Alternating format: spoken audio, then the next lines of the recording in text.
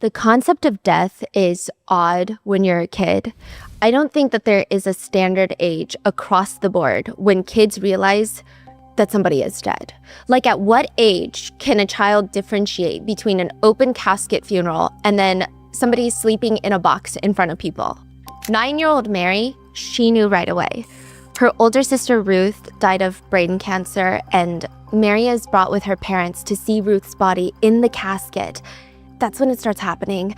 She's watching as her parents take Ruth's body out of the casket, place her on the floor outside, and they start cutting. My parents got me up really early. Ruth's body was brought there, laid on the ground in the treat area by our childhood church. Mary's dad is cutting into Ruth's body with a knife just again and again. And then he tells Mary to hold it. So now she's holding this knife, and they make 9-year-old Mary cut into her older sister's beloved body, and they slash her up everywhere. I just remember having a knife in my hand and stabbing my sister's body. And I'm like, how did they get me to do that? Later, I remembered that they made me change into her panties. I mean, they did that to make Chopper happy, obviously. Until they finally place Ruth back into the casket along with Mary. And they put me in the coffin with her. My visceral response of being put in the coffin with her was, I get to be close to my sister. I get to touch her hair.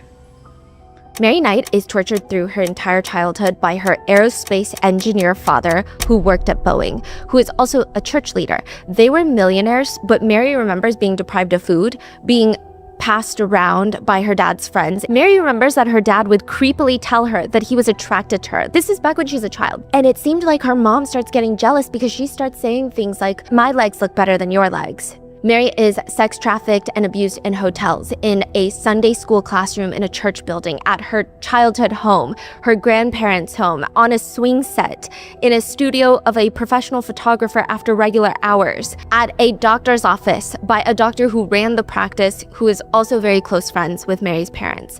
Mary says that her dad was a prolific CSAM creator, producing videos with his own daughter Mary and victimizing other children. And this is all during Mary's childhood. But she doesn't remember any of it until she turns 37 years old. This is the story of Mary Knight, who says she was trafficked by her parents, who were allegedly prolific child abusers. But there are people who don't believe Mary. There is an entire organization called the False Memory Syndrome Foundation that don't believe Mary, along with Mary's own parents. They don't believe Mary.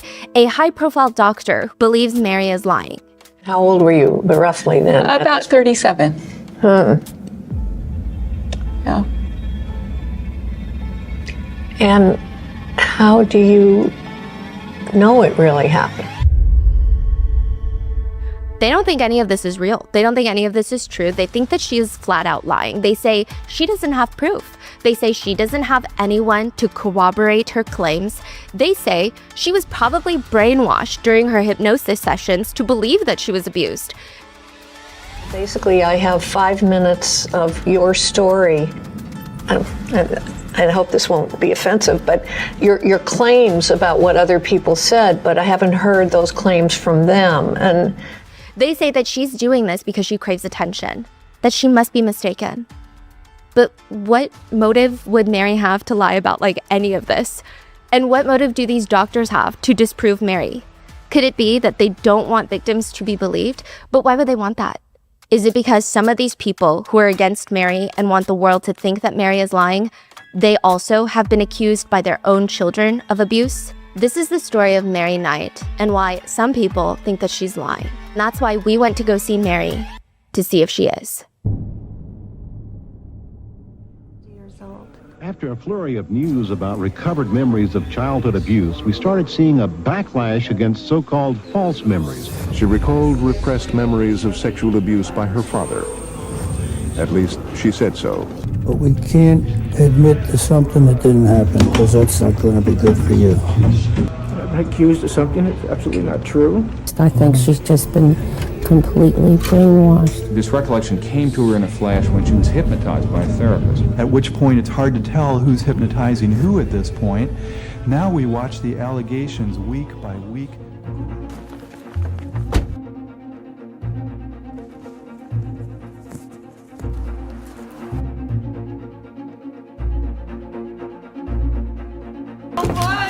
How are you? Nice to meet you. I love your Good to see you.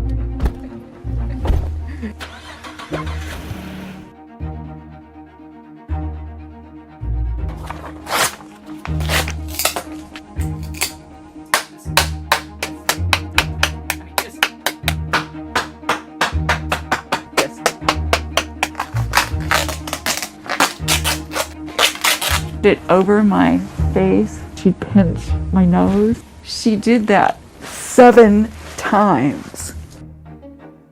Take it to when you were 37 and when everything's starting to come back. My aunt had told me that she told me I had witnessed child abuse. I was journaling sitting on my couch, and all of a sudden I just see this image. They say I'm crazy, and it didn't happen because. Do you think that there can ever be a chance, a world in which something happens to you, you are conscious, you are not under the influence of any substance, you are wide awake, and then something happens, either right in front of your face or something happens to you and you do not remember it? Is that possible? And then one day, 20 years later, you suddenly remember this moment that you had. Are repressed memories real? It depends on who you ask. Pick a side and welcome to the memory wars. This was a huge thing back in the 90s, the memory wars was. There is one side of people who believe that your mind is so powerful that you can repress these traumatic memories deep into the back of your brain, and then they can come back to you when your brain decides that you are safe enough to start working through this trauma. Then you have the other side of people who believe that this is not a real thing, that you cannot just forget a memory and then suddenly remember a memory. And the stakes for the memory wars are very high. You're talking about criminal convictions, multi-million-dollar lawsuits, families being ripped apart. If all you have is a memory from 20 years ago, how do you know who is telling the truth? It could be likely that if you ask someone from the False Memory Syndrome Foundation, they would tell you that they're all lying. This isn't real. You cannot have repressed memories. The people who say they do, they're lying and the memories are false. They're untrue. That's why we call it false memory syndrome. Now, I will note this is not like a real syndrome that's recognized by the DSM-5 or anything, but I guess you could throw syndrome behind anything. They say this is real. False Memory Syndrome Foundation. This is a nonprofit organization that believes that people are following the trend of recovering repressed memories for all sorts of reasons. Attention, to feel special, to feel traumatized, to feel victimized. They're accusing their incredible parents who have raised them of being abusers. Church leaders are losing their positions in their community because someone recovered a memory 20 years later of abuse. And if it's not stopped, the False Memory Syndrome Foundation says the world is going to be ripped at the seams because this is pretty much, an epidemic. She recalled repressed memories of sexual abuse by her father. At least, she said so. And I've been accused of something that's absolutely not true. I think she's just been completely brainwashed. This debate on whether or not repressed memories are real was so big that it was dubbed the Memory Wars. Doctors from both sides wrote paper after paper to disprove the other party, and in the end, nobody comes to a freaking agreement. But regardless of what the doctors are arguing, and a lot of people have experiences, like firsthand accounts of recovering repressed memories, one netizen writes, "For me, it always starts with a feeling. It feels like something is trying to get my attention, but I don't know what. I just know that I'm forgetting something important. That could last for weeks. And then I'll get an image. Usually it's a blip of something. And it lingers very unsettling for a few days, a few weeks, whatever. And then something happens and then I suddenly will remember. And with that memory, it's not even just the memory I remember. The appropriate feelings that were repressed just hit you like a brick at once. It probably varies from person to person, but that has been my experience. One clinician states, it's not what you really think it is. People try to make repressed memories seem like something, but honestly, she says, I've never seen a patient recover repressed memories. I'm not sure they're considered real. The clinician writes, what is real though, is memory disturbance during trauma. So she's just saying there's so much connotation with repressed memories. We just call it like memory disturbance. Memories may be missing, they may be incomplete, they may be warped, and it's not that these memories are corrected in any way for you to remember, but the memories you do have will be associated with other memories and sensations and experiences that you already have on file in your brain. Some of these memories can be surprising because you may not have thought about them in a really long time, and the emotions attached can be surprisingly intense. So think of your memory like a computer. It's not designed to pull things out of the recycling bin, but it does take all the junk that's sitting on your desktop and tags it with things, sensations, emotions, images that are related, and then they file them away properly. The way that they're explaining it is like, sometimes you will have this very specific experience trigger that file to be automatically opened, like a file that you didn't even remember you had. And that is precisely what happens to Mary, repressed memories. Mary says in her book, My Life Now, Essays by a Child Sex Trafficking Survivor, I am sure that my life is better because my mind allowed me to place memories of abuse into a compartment that I couldn't open until age 37, when I finally felt safe to do so. So what exactly does Mary remember? I was 5 or 6 years old.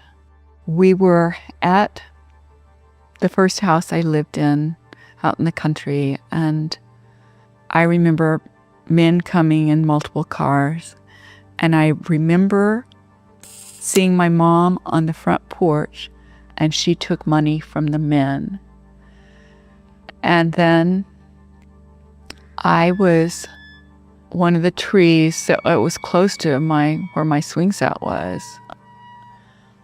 They tied a rope to the tree, and they tied the rope around my neck. So then I was sexually abused. I was by one man, and then he would hand me to the next man, and there were 5 or 6 men.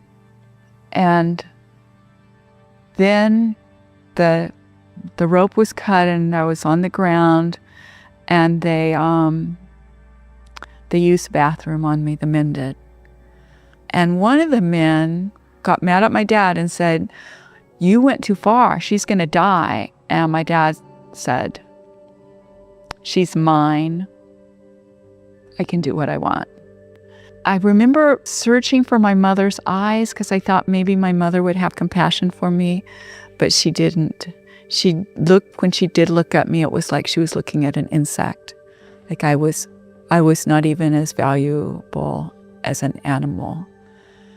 After that, my mother brought me into the house and bathed me, and it seemed like she was being kind to me. And then she put me on a bed that had brand new sheets on it that smelled good. And then she came in and she fondled me.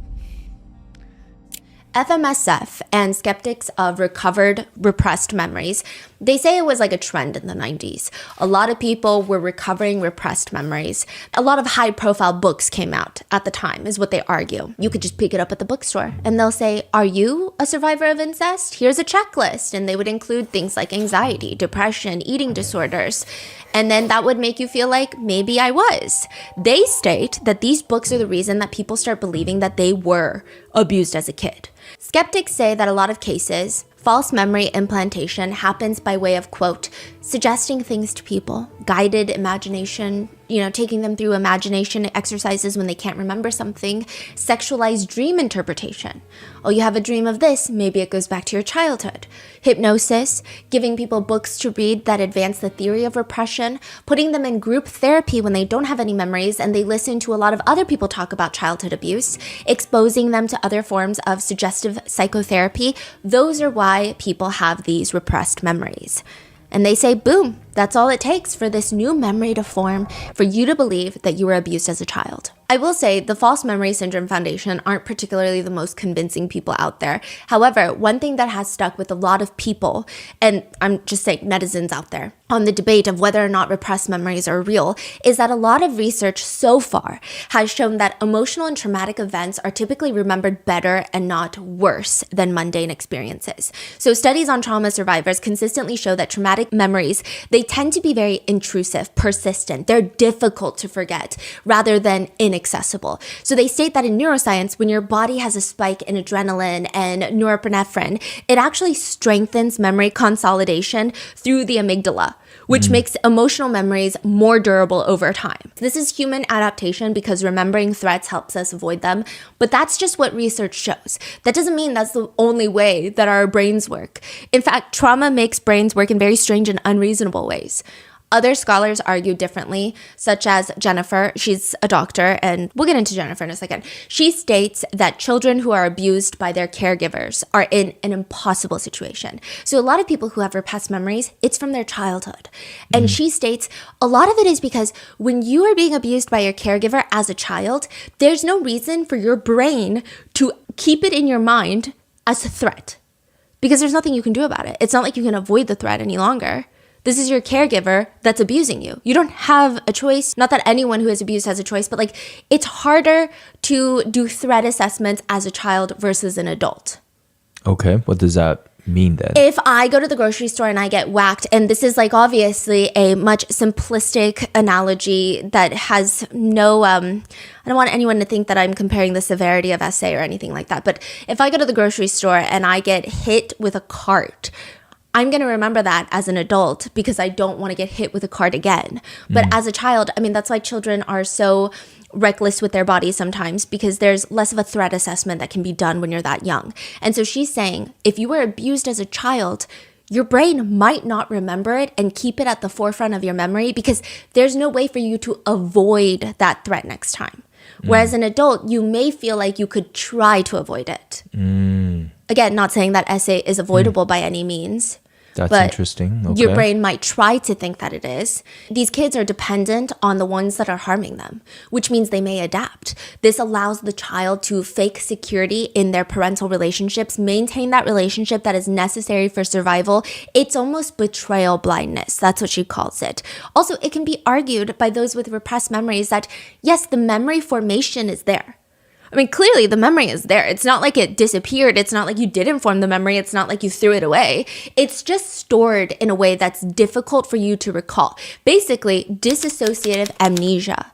And this is highly studied and highly recognized. Is this the same thing as the repressed memory or different? There's differences between the two, but a lot of people actually think when you really hone in on repressed memories, they think it's like a variation of dissociative amnesia, which there's not a lot of debate on whether or not dissociative amnesia exists or not. Okay. So people are just saying this seems like a different, almost like a fragment of that. Eleanor Goldstein is a big member of the False Memory Syndrome Foundation, and she has her own book out, which is not the best read. I will tell you that. I read the book, but she writes about how, quote, false memories like Mary's are tearing families apart. The book is all about what? False memory? Yeah, so is a lie? One of the books that she wrote, and yeah, I don't know why they write so many books. I'm talking about the False Memory Syndrome Foundation. But one of the books that she wrote is a collection of stories of parents who are accused by their adult children of abuse. They don't talk to any of the victims. She doesn't talk to any of the survivors. She doesn't talk to any of the adults that were kids that are accusing their parents now. She just talks to the parents, and they all have their own little chapter in the book. And they write about how these quote unquote false memories, like Mary's, are tearing families apart. Yes, Eleanor Goldstein knows Mary, and Eleanor Goldstein believes that Mary is lying. What proof does Eleanor Goldstein have? Not really any. But she writes in her book, imagine what it's like to have the person you have loved, nurtured, idolized, your child, suddenly turn against you and accuse you of the most horrendous crimes imaginable. That is what is happening in the US today. And Mary decides, after she uncovers her repressed memories, Mary is going to meet with Eleanor Goldstein, a prominent member of False Memory Syndrome Foundation. She's also going to meet with the founder, Pamela Fried, the founder of False Memory Syndrome Foundation. people who have spent their life saying that people like Mary are lying. Mary wants to go and talk to them. Confabulation is a mixture of fact and fantasy to create a new memory. We do that every day. We mix our memories up with other people's memories. So we've learned that memory is very, very pliable. And you can get people to believe anything that you want them to believe if you use the right techniques. Bullshit memories that come back like that out of the blue. How do you know for sure that these memories are true? I spoke in Canada at Simon Fraser University, dentist. And all of a sudden, 20 years later, some patient comes and says, I remember 20 years ago you abused me when I was in the dental chair, but I forgot about it until I went to therapy. Now I remember. I remember my dad saying that he was sexually attracted to me. I think that's... How old were you when he said that? You know, I don't think it matters how old someone is. It's just wrong. I mean, you can say, oh yeah, you know, some things you just take as a joke. People say stupid things. That's not something I think a father would usually joke about, that he's sexually attracted to his daughter. What did you say? How old were you? You don't remember? Yeah, I do. I remember I was about 13. In a book written by Eleanor Goldstein, she writes about what happens to trigger repressed memories. And she puts repressed memories in quotes. She says, typically, a successful, intelligent woman goes to a therapist with a problem, perhaps about her marriage, her children, an inexplicable illness like an eating disorder. She emerges from therapy with the belief that all of her problems are related to childhood sexual abuse. And after perhaps first accusing a babysitter, a cousin, a family friend, or teacher, the parent is accused, not allowed to present a defense and abandoned, perhaps even sued. There is a growing belief that sexual abuse of all sorts engulfs our nation. Celebrities have told their stories of incest and rape, and dozens of books have been written. Talk shows, newspaper, and magazine articles tell the details which horrify us all. We appear to be a nation of depraved sex maniacs. Mass hysteria is being created by the media, which leads us to believe that a large portion of adults in our society are perpetrators of heinous crimes, and our children are in constant danger from almost everyone they may come in contact with, especially family members. The consequences of this mass hysteria are devastating. Since it is believed that sex abuse is common, therapists, teachers, doctors are all looking for it everywhere, and many are finding it even when it doesn't exist. Mary says around that time, her mother had passed away, but with, now filming a documentary, Mary has a documentary, which, like I said, I'm going to link all below, but she said talking to these people, I'm sure it's bringing up a lot of these unresolved feelings about her mother being deceased. And there's a lot of mixed feelings with the feeling of familial connection to her mom, which wasn't there with her dad. But regardless, she's feeling that, and she's feeling angry, she's feeling betrayed, she's feeling hurt, and she says, as I prepared for the interview with Eleanor Goldstein and Pamela Fried, it was obvious to me that I had not gotten over the loss of my mother. So I decided to bake cookies for Pamela with my mother's recipe. And, I told you I made cookies for you with my mom's recipe, but she sexually abused me. Oh, it was for one of the people I interviewed who thinks my memories are false. And yeah, she did like the cookie, and it was just this kind of, she reminded me of my mother, and I think I reminded her of her daughter who was abused by her husband. And she doesn't have contact with her daughter now. And I think we both kind of thought we could talk the other one into believing different. I think she thought that she could talk me into believing my memories weren't true, and then that would be really good for her organization. But that didn't happen. Well, my mom was always jealous of me. Plus, she was very verbose. She would say a lot. I thought she'd be protective of my dad. And I thought if I had a chance to talk directly to my dad might go to counseling with me. But if I talked to my mom first, she wouldn't want that to happen. And I really thought of myself at that time as probably closer to my dad. But then when I broke contact with my parents, it was my mother I missed the most. It just was horrible for me to think about saying goodbye permanently to my mother. And that really surprised me, that just is your core. Your mother is your core. Can you tell us what you're making today? So these are, this is homemade roll dough from my mother's recipe. And this is the recipe my mom taught me when I was little. When I started baking when I was pretty young. My mother was a very good cook. Let's see, after my mother, 7 years after she died, I started feeling her presence when I'm in the kitchen. As far as like she's an angel. This was her cookie sheet. And actually I'll put the dinner rolls in it. Yeah, that's something I asked for. I was disinherited, but I asked for the cookie sheet and I got it. Did you ask for anything else? Well, yeah, I asked for like 2 place settings of china, and my mother had real silver. I didn't get any of that. But I got the things that were not valuable that I wanted. The dolls up there. And I bake so much that I think really this may be my most sentimental possession, even though it's not of value. And she would talk to me about things like she was jealous of me. She said she had better legs than I do. I remember one time I was in the back seat of the car, we were going to church, and my dad looked back and said, "Oh, you look pretty, Mary." And my mom said, "Who looks prettier, her or me?" That's a weird thing to say, you know? False Memory Syndrome Foundation believes that therapy is the triggering problem. When a person meets a therapist who has a steadfast belief that there is a strong link between past SA and current individual pathology, they might persuade the patient to remember past abuse that the foundation believes did not happen. One very high-profile psychologist who has inserted herself into studying so-called false memory syndrome, she states, to understand who we are and why we are the way we are, many therapists encourage us to go back to our childhood and find out what happened to us there. If we are in pain, we are told there must be a cause. If we cannot locate the cause, we might not have looked deep enough. If we have looked deep enough and we have found something but we don't believe it, we might be in denial. And on goes the search to find the truth of our lives and the memories we have and the memories we have lost.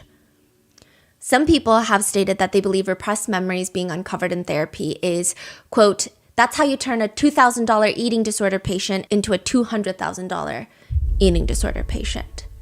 So a lot of the doctors who don't believe in the repressed memories being true, they think it's a way for therapists and clinicians to get more money out of patients.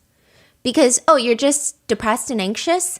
Well, maybe I could solve it in 3 sessions, but now if I tell you that your entire life is a lie, then you might need a few years. Which is a very dangerous stigma to place on therapists who already have such a strong stigma that they're working against. But these doctors believe that many psychologists are trying to make more money by convincing their patients that they are deeply, deeply traumatized and they need to uncover, unpack, and process all of that trauma. But of course, regardless of what someone believes, there are a few strange things, such as the False Memory Syndrome Foundation is a nonprofit, more or less raising awareness and, I want to say, lobbying or rallying against, quote, false memory syndrome, which again is not a recognized syndrome, but they will sometimes pay psychiatrists $110,000 to write a paper to debunk repressed memories. And you're telling me there's no bias there? Yeah. How do we know that they paid? Because it's a nonprofit, so a lot of their stuff is public information. They will pay like a Harvard psychiatrist who has a very strong name in the field. And then when you read paper done by Harvard psychiatrist, you're thinking, okay, maybe this is legitimate. Turns out it's funded by the False Memory Syndrome Foundation. It even shows how much they paid him? Yeah. Wow. And everyone will take this paper at face value without realizing that they got paid a fat fee for it. I mean, I think there is no doubt that hypnosis can create a state of suggestibility. I don't think anyone is arguing that. I also do think that the power of suggestion, and I do think memory is a wishy-washy thing in the sense of, I think no one has an airtight memory. I think you could remember someone wearing a red shirt, but it was a blue shirt. But overall, most people and most psychiatrists agree that typically the gist of what happened, you do have a strong grasp on that, especially for traumatic events, especially for anything in particular that is of importance. I'm not doubting that the power of suggestion can be huge on humans. I tend to agree with this one netizen who sums it up very well. And they write, here's what my therapist told me about quote-unquote false memories. Memories that are completely made up and have no basis in reality, they can exist. They can. But must be repeatedly and continuously reinforced in order to be maintained. And false memories cannot give you trauma. You would not have trauma responses without the trauma. For example, if someone tells you over and over and over again that you were in a really bad car accident, but you just don't remember it, your brain can convince you that you can remember such a thing, and you could probably even visualize it. But it wouldn't make you scared of driving. It wouldn't give you flashbacks of an accident that never happened. And once that person stops the reinforcement of that memory and false beliefs associated, it usually fades and eventually completely goes away. Also, I just don't see why someone would subject themselves to something like having these repressed memories. One netizen writes, "It feels horrible. I had signs of CSA. Like, I would pee myself a lot at school growing up, but I didn't remember any of that." The netizen says, one day they urinated on themselves at work as an adult, and they just started crying in a way that was irrational. An adult who urinates on themselves at work, yes, you might start crying because it's embarrassing, but it was almost like a mental breakdown of a crying. And they state that I even hugged my boss, who happens to be a raging asshole, so I would never hug them. Like, that's how caught off guard I was. I was terrified.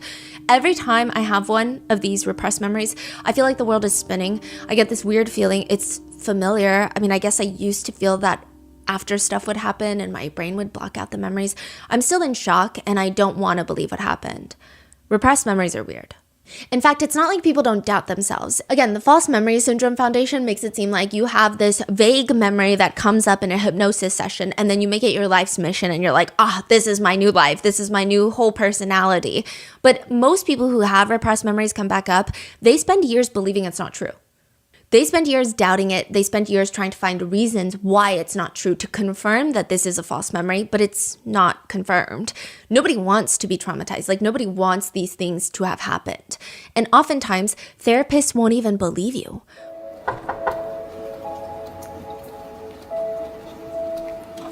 Hi. One thing was saying, like, a young child who's under age 2 or under age 3 will never remember any abuse, and if they are abused, won't be affected by it. Is that what you think? A child under 2 really doesn't have memories of anything that happened. Anything that isn't painful, the child, it wouldn't hurt the child. I mean, it may be morally wrong to touch a child who's under 2. It may be obnoxious. That's a terrible thing to do, and society says no. But if you think about it, it doesn't damage the child. It's wrong, but the child is not damaged by it unless it's physically hurt. Physically injured or hurt? Physically injured or hurt. Well, unless what the if child cries?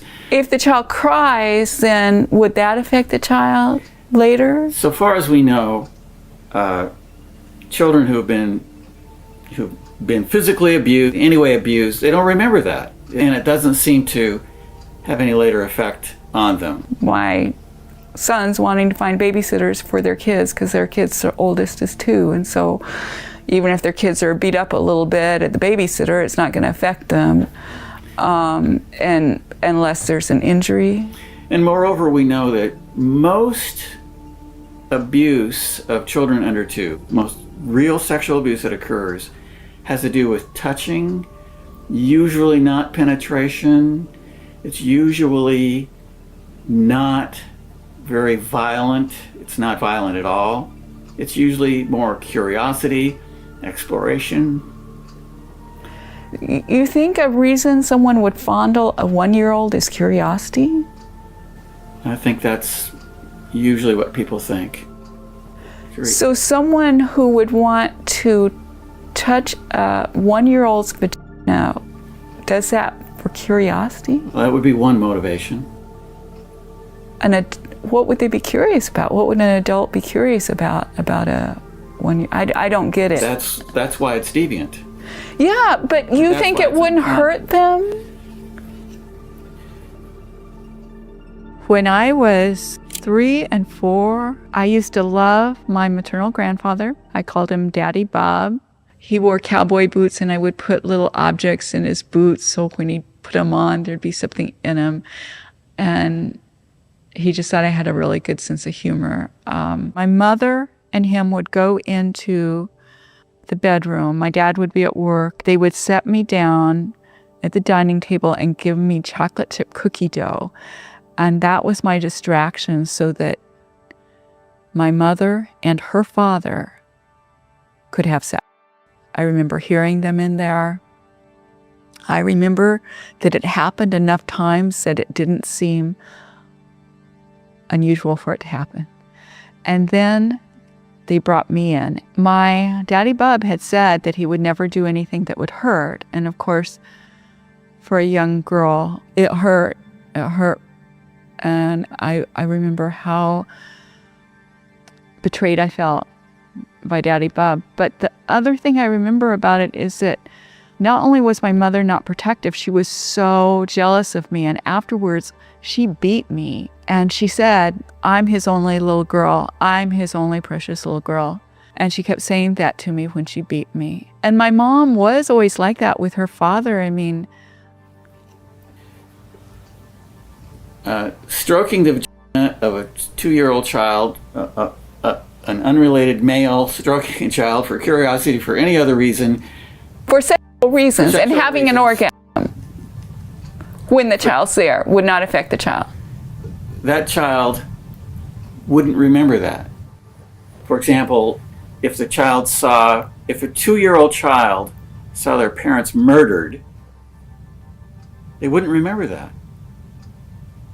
That would be a terrible thing to observe for a 2-year-old child, but they wouldn't remember it, and therefore wouldn't be affected by it. One of the kids, the first time she came in, a cute little redheaded girl, she did this.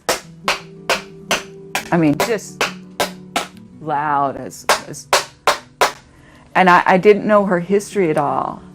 But then I just say to the child, like, oh, it looks like you're hitting. And she said, yeah, she pointed out that the clown is smiling. And she hit the clown because the clown was smiling. People who abuse children are sometimes triggered by a happy child. She had experienced the murder of her little sister. So she was 3 when she started counseling with me.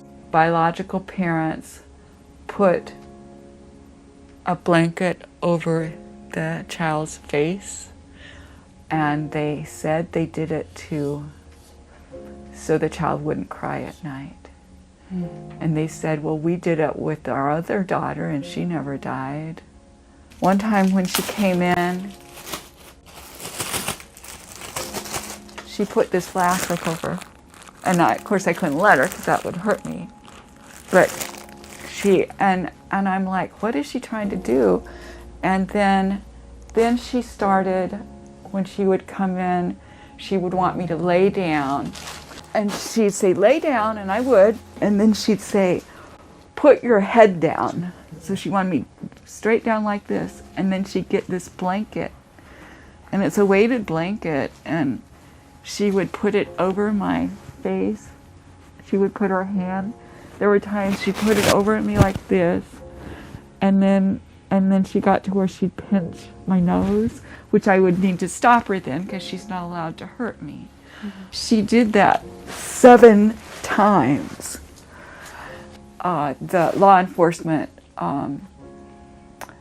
wanted to interview her because she was obviously had witnessed this crime. The only people I've ever heard her call mommy and daddy are her current foster parents, and they are going to be adopting her. Oh, so she gets to live with the people she calls mommy and daddy. Yeah. During the interviews that Mary has with Pamela and Eleanor Goldstein, they act like Mary doesn't have any corroborating evidence, like 0, none. But Mary does. Mary's cousin actually remembered abuse 9 years before Mary did. She reached out to Mary to tell her that she had been abused as a kid by her father. Mary remembers, I had just become a mother. I brought my infant son with me. I sat with her on an old faded couch. I breastfed my son while I listened to her heartfelt recollections. And when she finished, so this is the time when Mary was working as a social worker. So she's very good at listening to people. She's also very good at identifying gaps in stories because, you're interviewing parents to see if they're fit enough to take care of their children. And you have to be able to realize when people are lying or it doesn't make sense. And she tells her cousin, I believe you. And her cousin's face falls because clearly she does not want to hear that. Mary says she wanted me to say that she was wrong. I mean, no one wants to believe that their own father essayed them. There was another cousin. Mary really tried to get in contact with her, but they drifted apart. Eventually, she runs into her own cousin at, of all places, Survivors for Child Abuse Conference. Mary didn't even realize it was her cousin that she had been searching for, and that cousin thought that Mary was ignoring her on purpose in the hallways. Eventually, they exchanged emails, but Mary took down the wrong email, resulting in them losing contact for another year, until finally they met up 2 years later. Mary decides that she's just going to ask her cousin. Not really expecting any sort of answer, she asks, did my father ever essay you? The cousin tells her yes. She says, he wasn't somebody who physically touched me, but almost coaching others somehow. Taking pictures as well, encouraging others to be involved in sexual acts with me and filming them. Which is exactly what Mary, she had these memories of being filmed and that CSAM was being created. She hadn't told her cousin this. Furthermore, the church that Mary used to go to, the Church of Christ, she went back to try and figure out if any church members were known to be abusers because she had these recollections of being abused in like a Bible study room in that church. And she couldn't really investigate much because the police didn't want to help her. And it's not like she can just conduct interviews with people in hopes that they give her a confession that would lead them straight to prison. However, Jimmy Hinton, he is the minister of the Church of Christ in Pennsylvania and also a very good friend of Mary's. Jimmy's sister had a very similar experience to Mary. Jimmy became the minister after his dad had been the minister of this church for 40 years. He's adjusting, trying to be a dad, trying to be a minister. And that is when his adult sister, Alex, is like, Jimmy, I need to talk to you. And she tells him that she has these repressed memories of their father, the minister, abusing her. Alex is actually interviewed and she's asked, I understand that you felt like you had a pretty happy childhood. But in 2011, you started having flashbacks that remind you of abuse that occurred. What can you tell me about that? Alex says, I saw this picture of my dad touching me in an inappropriate way. But it was one of those things at first I tried to shrug off the image in my head, like, oh, that didn't really happen. You know what I mean? Like maybe it was an accident. Maybe I'm not remembering something correctly. I just kept trying to brush it off. It was just like bits and pieces. I didn't have a full memory of it, so I couldn't quite put it together. Then in 2011, I was 20 years old. My dad had asked me to help him babysit kids a couple of times. So he was still babysitting after he retired as a minister for like church kids. I took them swimming and it was just like small things that the kids would say. Of like, can we sleep over at his house today? And just like, it just gave her a weird feeling. Wait, the kids say if they can sleep over at the dad's house? Yeah. Huh. Not that relatives can't be abusers. Obviously, clearly they can. But it's like your old minister from the church. I can't imagine ever sleeping over at my minister's house unless there was like a Bible study with a lot of church leaders involved and like, or like you usually have sleepovers at the church is what I recall growing up religious. Not that I'm religious anymore, but it's just weird. And so she just has this weird feeling about the whole thing. So you're saying these kids has done that before? Like yes. They've slept over. That's why then when they brought it up, she was like, that's weird. Yeah. And then it's giving her more flashbacks. Yes. And it's like triggering these feelings in her. And that's when she says, quote, I finally put it together that yes, that did happen to me. Looking back, what kind of impact did the abuse that you suffered have on your life? I struggled with anxiety and depression ever since I could remember. I had horrible insomnia as a kid. I was afraid to go to bed or sleep in my own bed. When I was probably 13, 14 is when I had severe depression, and I just didn't know why. I would sit at home and I would just cry. But I couldn't put into words why I was feeling what I was feeling. Looking back now, all of it makes sense. But since the memories were repressed, there was nothing coming up like, oh, this is why I'm feeling depressed. However, the police, unlike what they do for Mary, which they just tell Mary, hey, your memories mean nothing and it's past the statute of limitations, goodbye. They actually do investigate. They primarily investigate because they argue that he is a former minister, community leader who is in charge of babysitting kids. So they just bring him in for a quick little questioning. And during the interrogation, he confesses like a confessional. He confesses to essaying not just his own daughter. And again, these are repressed memories. She didn't have quote unquote evidence of it. He confesses to essaying not just his own daughter, but more than 20 children over the span of 40 years. And after he is arrested, he calls his son Jimmy, the new minister, to tell him, I'm really glad you guys caught me because my next victim was going to be your daughter. Jimmy, his son. His granddaughter. Yeah. Wow. And this is all from Alex's repressed memory resurfacing. Yes. And they end up finding CSAM on his devices. Wow. The victims were between the ages of 4 and 7 years old. And now the 69-year-old preacher is going to serve 30 to 60 years in prison.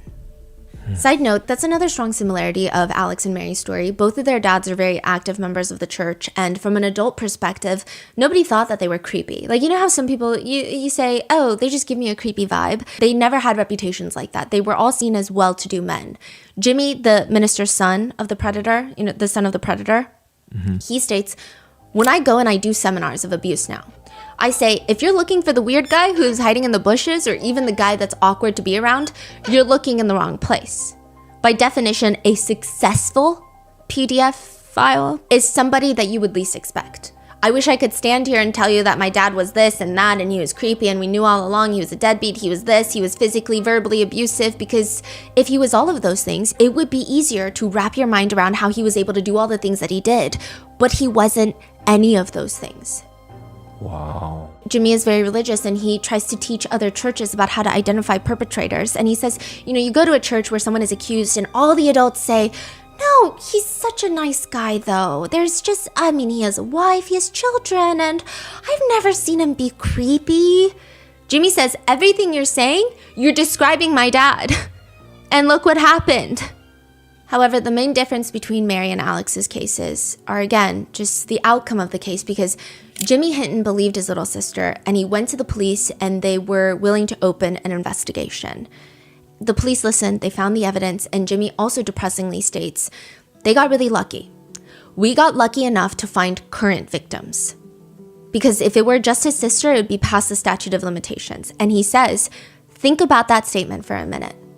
We were lucky enough that he had current victims who are young enough to fall within the statute of limitations. Jimmy also says about his sister what most people say about anyone who has repressed memories. She just had no reason to make that up. Like, there was absolutely nothing to gain by making it up. In fact, most people who have repressed memories, their whole family life is torn apart. Even their extended family members don't want to believe them. They don't talk to them. Like, you're shunned from the community. People who then date you, they think, oh, are you gonna make allegations about me? It's hard to make friends. Like, they're not living a great life. No one is sitting around them being like, oh, baby, who hurt you? It's miserable. They're alienated from everyone. Mary specifically was disinherited by her family and cut out of a multi-million-dollar will. She lost family members who didn't believe her. She felt alienated by a lot of people. I'm not saying that the Hinton family situation confirms Mary's memories, but it's very interesting to note.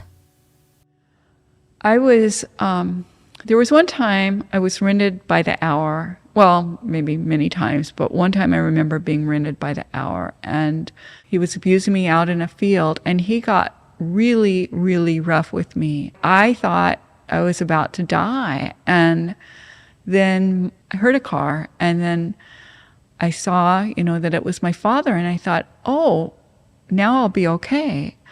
But what happened was that my father got sexually aroused, and so I saw my father masturbating. The reason you decided to go to hypnotherapy in the beginning, is it because those flashbacks were bothering you so much? No, my ex-husband and I had marriage problems really throughout our 23-year marriage. I asked him to go to counseling, and he did. We were in counseling, and we had told my parents about everything, but they came to visit us and stay at our house.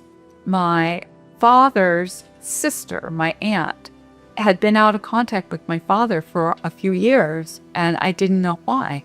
My father's sister said she wanted to meet with my father. So I was curious about that meeting. What was it? The reason for that visit is that my father's sister wanted to tell them about the memory she had that she had been sexually abused by her grandmother, which would have been my great-grandmother. She thought they would get counseling, but they didn't. And so then I had trouble getting them to really even talk about it. And my dad and I went on a trip up to his hometown, his Sherman, Texas.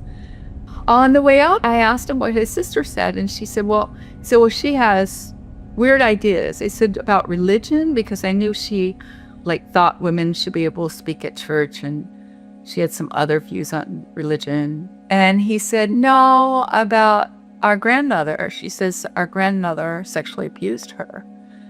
And so I'm like, wow. And he said something like, but I don't think it's a big deal if you don't remember things. I had young children at the time. When my father and I got back, I put my children to bed so they couldn't hear any of it. Then I sat down with both my parents and said, I want to hear all about what my aunt told you. And they were like, well, yeah, she's crazy. We won't. I said, well, what are you going to do about the situation? Oh, nothing. We just won't ever talk to her again. And the odd thing about that is that my aunt and my mother were roommates in college. Before my parents had met each other, they were always longtime friends. So I decided that I would wait until after they left, and then I would call my aunt and say, would you be willing to meet with me? So I did. My aunt and I met for lunch, and she said that I had witnessed abuse. I knew it was true. And I remember, I've never drank alcohol. I still don't. But I remember when I got in the car afterwards, it was like, oh, I wish I could just get drunk right now. Because it was so horrible of a feeling to think it's true, but I knew it was true. I didn't know I had been abused, but I knew what she was saying about me witnessing abuse was true. I was journaling, sitting on my couch, and all of a sudden I just see this image, and it's as though it's on the wall across from me. It's in color. That was interesting. I can just see a man's hand, and the man is grabbing a dog, gruffly, like grabbing a dog. And that's the one piece I had. Then I told my ex-husband, and he said, oh, well, we should quit marriage counseling, which made no sense. But he was looking for an excuse to quit marriage counseling. So he's like, we shouldn't have marriage counseling anymore. You should just go to the counselor alone and talk to her about your childhood. So I did. That's what I started doing. These are videos? Or oh, these are audio, right? But they may break any time. These are the actual hypnosis tapes. Let me see which. I think I have them identified. I don't think a lot of our audience have even seen these before. Have you seen these before? I mean, on TV. It says Hypnosis, Monday, 10/19/93. Mary says she taped the sessions to make sure that she was not guided into any sort of conclusion. And Mary, let us go through her tapes. I went to a counseling session. My ex-husband came with me because we wanted to make sure the psychologist who was doing hypnosis didn't ask leading questions, and she didn't. It was at that next session that she had me relax, and then she guided me to go back and see the man's hand, and she had me go up his arm until I saw his face. I think it was my dad. I think it was my dad.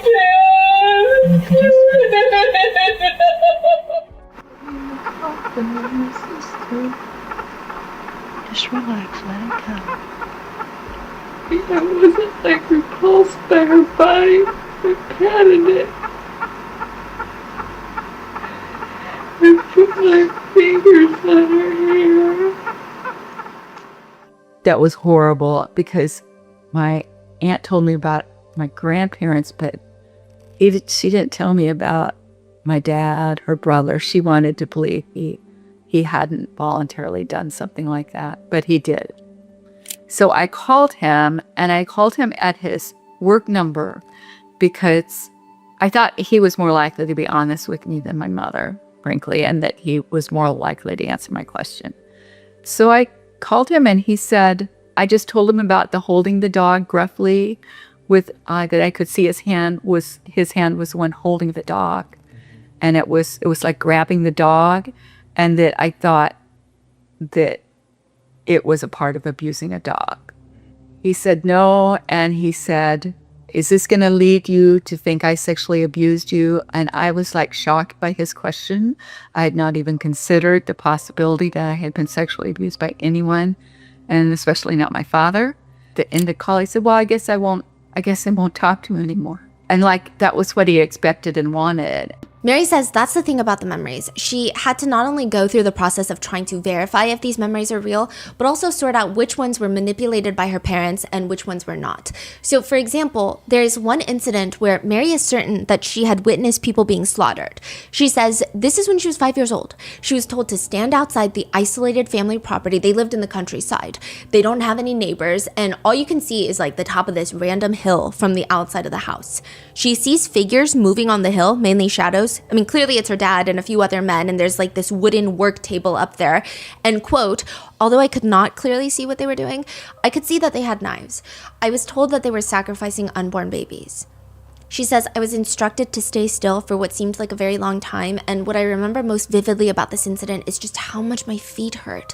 I was wearing tan saddle Oxfords and white socks, as young children often do. You know, I stood on the outer side of one foot, and then on the other foot, I squeezed my toes together as tight as I can. I stood on my heels. I tried anything to stop my feet from burning. She remembers all of these sensations vividly, and she does remember seeing on this hill flesh, like a lot of flesh. It looked at the time like young babies, fetuses being mutilated. But that's when she's 5. Mary knows that's not what happened. I mean, this is an example of how her parents would make her feel fear. She thinks that they likely purchased an animal, and as a 5-year-old, you are told what you're seeing and you believe it. She believes that there's no way that they were slaughtering actual fetuses or babies, but probably some sort of animal, and showing her what they're capable of so that she would stay quiet. The thing with Mary is that she's very open to questions about her memory. She was like her own biggest skeptic in the beginning. Mary says, I thought the best way to truly question myself was to directly question people who, like my parents, say recovered memories are false. There was an unhealed part of me that wanted to believe that my memories were false, so that I could imagine my parents were respectable people. But instead, she says, I am certain that my memories of childhood essay are true. I did not remember my abuse until I was 37 years old. Even as a child, I had no conscious memory of the atrocities except while they were occurring. Besides, what motive does Mary have to lie? Whereas I don't know if the same could be said for the members of the False Memory Syndrome Foundation. We have to help each other and forgive and understand and have empathy and not carry grudges forever and ever. Generational, one generation after the other. Hates, hates, hates. He touched me. Oh my God, he touched me. And therefore he touched me and he's dead. He's dead. And So even if there was the incestuous touch, you think the family should I don't know what an incestuous touch is. I mean, intercourse, if somebody comes into your bedroom and forces himself on you, that's one thing. What if what? I had an uncle, my sister says, used to fondle her. He'd hold a newspaper like this and he'd fondle her. Okay, he's dead. Don't ever speak to him again, he's dead. He made a terrible mistake. So even fondling, you think, say, get out of here, Uncle Irving, leave me alone, and walk away. So you think the little kid should be responsible to do that? I think at a certain point, if it's uncomfortable, they should speak up for themselves and be responsible for themselves, not carry a grudge from century to century. But if there was sexual touch, do you think the family should still stay together? Of course. Even if there was... Absolutely, yes. I don't think sexual touch is the horror of all horrors. I don't think so. I think we make a big to-do about nothing. Do you regret going to see her? I did it to really question myself about, are my memories true? But I'm so glad I don't need to do that anymore, because I know my memories are true. I already really knew it, but I didn't. Just let myself question more deeply. Dr. Jennifer is a psychology professor at the University of Oregon, and she starts recovering these repressed memories when she is a full-blown adult of like childhood essay.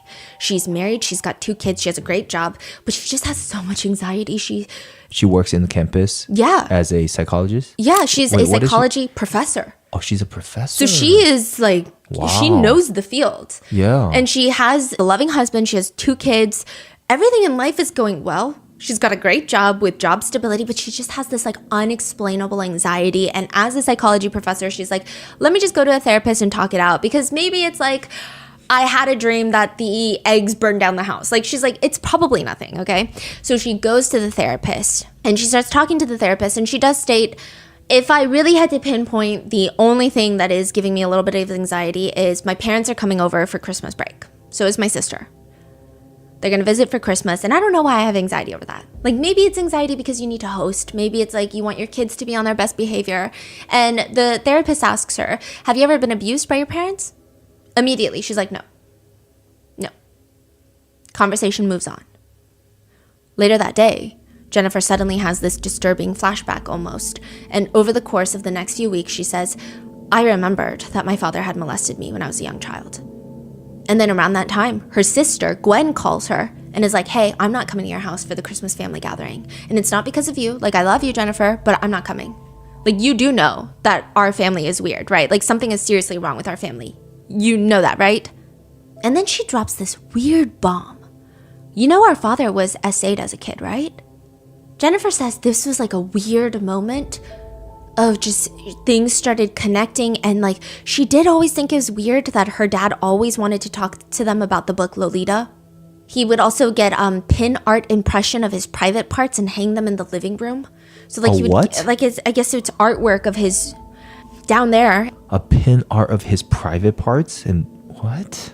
Suddenly, Jennifer starts seeing these things as what they are, which is just really, really strange and inappropriate, but they don't really compare to the flashbacks that start coming in. She states that the earliest memory that came in was when she was 3 years old. Her father was abusing her in the bathroom. It lasts until she's a teenager, which means that this abuse lasts over a decade, and she's just now remembering it. Jennifer confronts her parents about it, and she says that her dad's response is so unsettling. You would expect that they're disoriented, highly confused, that the parents are outraged, but oddly it felt like he was almost prepared, almost like he's expecting it. So instead of working through this with Jennifer, which is what I would imagine parents they would do if these were truly false memories like they claim, or trying to figure it out together as a family, they retaliate, and her parents decide 18 months after her accusation that they are going to start the False Memory Syndrome Foundation. Pamela Fried is Jennifer Fried's mom. Pamela and Peter start False Memory Syndrome Foundation. The insane part of all of this is that Peter, the dad, he actually admits that Jennifer's childhood was fine, strange. Okay, he understands that maybe it wasn't appropriate all the time. He says, quote, I'm quite prepared to say the attitude I thought was appropriate of being open about things of a sexual nature, in retrospect, may have been wrong. It's very vague. To give you more context, he would work at home in the living room wearing nothing but a robe, and he would sit with his legs spread all the way apart. He would drink a lot at home. He was very erratic. He would give speeches about how their family was superior to everyone. They weren't the type of family to eat iceberg lettuce. They were the type of family to eat romaine lettuce. He would yap about how meat tastes better when you slaughter the animal yourself. He believed that classical music was superior, and, I mean, you're thinking, what a cultured and well-traveled man, right? No, he allegedly proclaimed Indian food was disgusting and smelly. The sad part is, Jennifer didn't even want her dad to apologize. She just wanted her mom's support during all of this. And instead, her parents gear up just in case Jennifer decides to sue. Jennifer writes a letter to her mom.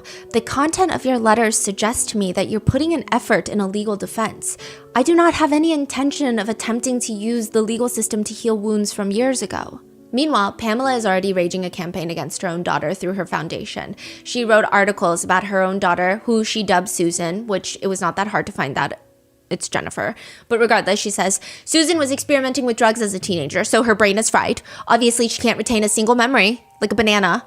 And maybe she's making up all these lies because her sex life with her husband now sucks, and she's jealous of her mom's professional success, and she's upset because she doesn't like being a mom, and she nursed her son for far too long, and that could be psychologically damaging. Also, she has a history of mental health disorders, so that's probably why she came up with this allegation, and not because, you know, it could be true.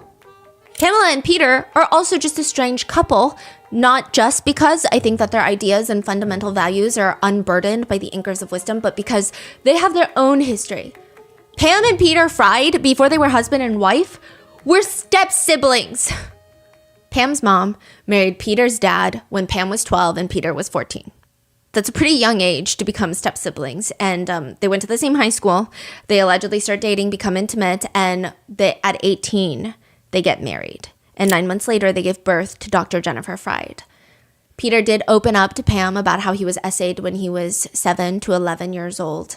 And Dr. Jennifer Fried says, a lot of things that I remember is my mom had this weird thing where she just had this rage in her towards me. My mother also didn't like to touch me. Jennifer says just to have some sort of physical contact with her mom, Jennifer would massage her feet as a kid. And a lot of people believe that this could be because her mom was jealous of Jennifer. Anytime their dad was around, Jennifer would recall that her mom would grow even more distant and even more cold. And there would be once that she was sitting on her bed kissing her high school boyfriend. So Jennifer Fried is sitting on her bed kissing her high school boyfriend, and her dad is just like watching through the crack of her open door. She caught her dad once reading her diary, and he claims that she left it out because she wanted him, her dad, to read her diary. I've never met a teenage girl that wanted her parents to know anything about her personal life. He also says that he's not bothered by the fact that he was essayed as a kid, Peter Fried. He says it's technically abuse, but studies have been, done, and many people aren't really terribly bothered by it. He's invited his former molester into their family home with his wife and his kids, so there's that. Who was it? It was like a local musician. Wow. There are at least some 2,000 families that have worked with the False Memory Syndrome Foundation, mainly because they are parents who have been accused by their own children of abuse. And it's pretty clear what the biggest motivator for these parents are. They cared about not getting sued. Your daughter Jennifer has said publicly that about the nude dancing in front of your husband, she and another little girl. And I think last time I was here, you were saying it was when she was about 9 or so. Mm-hmm. Do you think your husband has sexual feelings toward her? No. Why? He's somebody that I've lived with for ever so many years. I knew him growing up. I never saw any indication. But even the nude dancing, I mean... He didn't ask to have that. That was something that they decided to do. He didn't want them to feel traumatized by coming down too hard on them.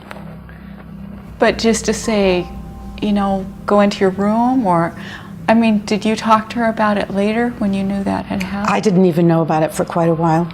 Oh, he didn't tell you for a while after that? Well, I was working. DARVO is an acronym. It stands for Deny, Attack, and Reverse Victim and Offender. And in DARVO, what happens is there's an aggressive denial followed with an attack on the credibility of the person making the claim. It might take the form of questioning their mental abilities or their motivations, saying you're a liar or you're crazy.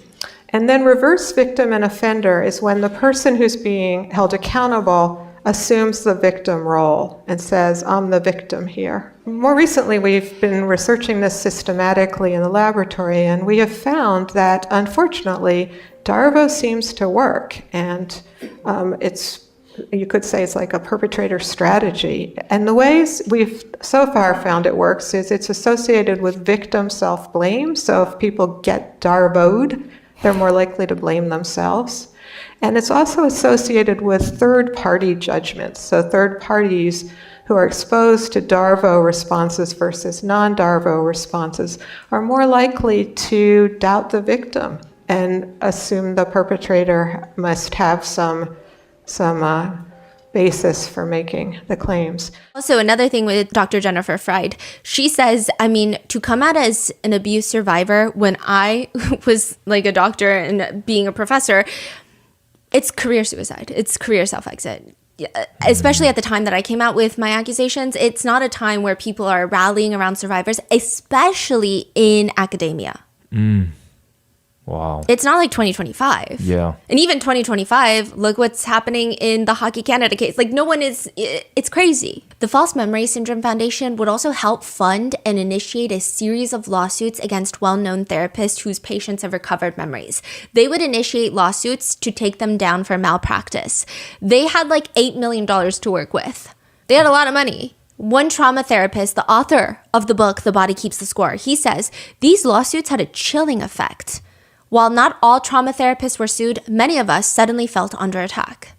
As for Pamela, she's asked, how do you know you're not helping abusers? And so for someone who claims to be so married to the science, which I haven't seen strong evidence of quite yet, but regardless, Pamela says, we're a good-looking bunch of people. You know, graying hair, well-dressed, healthy, smiling. Just about every person who has, attended our meetings is someone you would surely find interesting and want to count as a friend. Pamela Fried's right-hand woman, who has also written books with Pamela, Eleanor Goldstein, also interviewed by Mary for her documentary, Am I Crazy?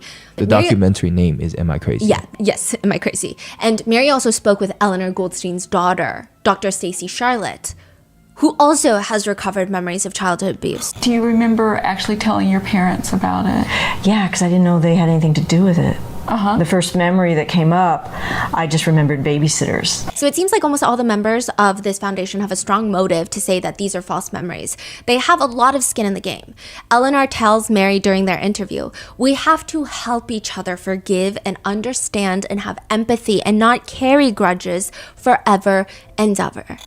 We have to help each other and forgive and understand and have empathy and not carry grudges forever and ever. Generational, one generation after the other. Hates, hates, hates. He touched me. Oh my God, he touched me. And therefore he touched me and he's dead. He's dead. And just with all due respect, these individuals are insane. Eleanor Goldstein tells Mary, I don't think sexual touch is the horror of horrors. I think we make a big to-do about nothing. She also says that if a child is being essayed by their uncle, for example, the child should punch the uncle in the arm and scream, get out of here, Uncle Irving, leave me alone. I feel my frontal lobe lose density the more that I listen to Eleanor Goldstein speak. The foundation has also worked closely with Ralph Underwager, who, Ralph has some interesting takes. And by interesting, I mean, we should probably lock him up for a very long time.